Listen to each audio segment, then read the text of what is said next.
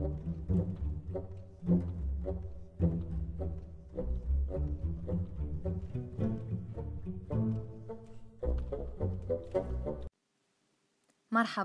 اليوم راح نقدم الدولمة العراقية.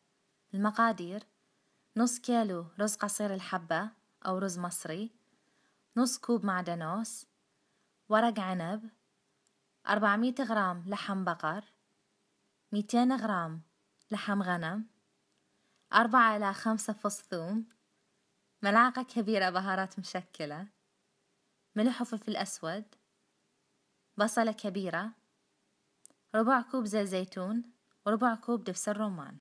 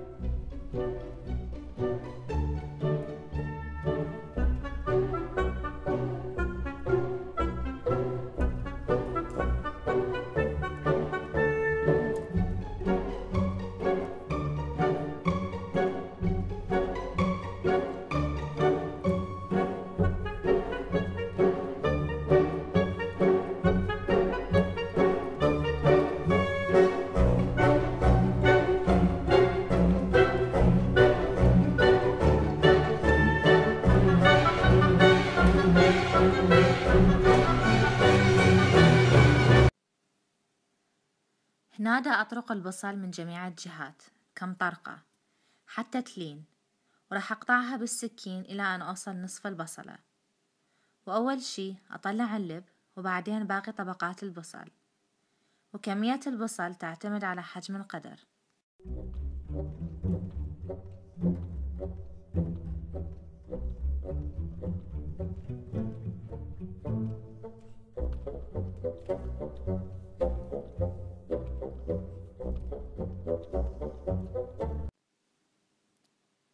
راح ألف الورق، وراح أخلي الحشوة على الصفحة الخشنة من الورقة، وراح أطوي الجوانب وألفها.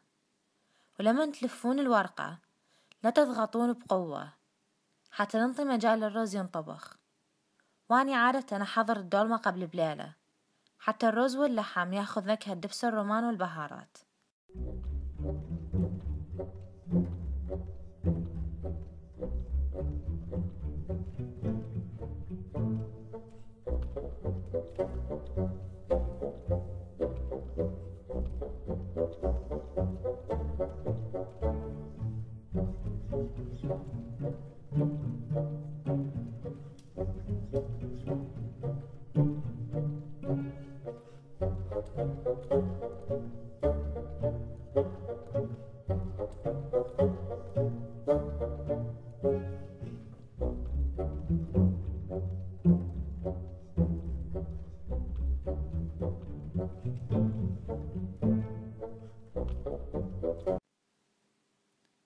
هنا راح أخلي 3 كوب ونص مرق دجاج، وربع كوب دبس رمان، وربع كوب زيت زيتون، ورشة ملح وفلفل.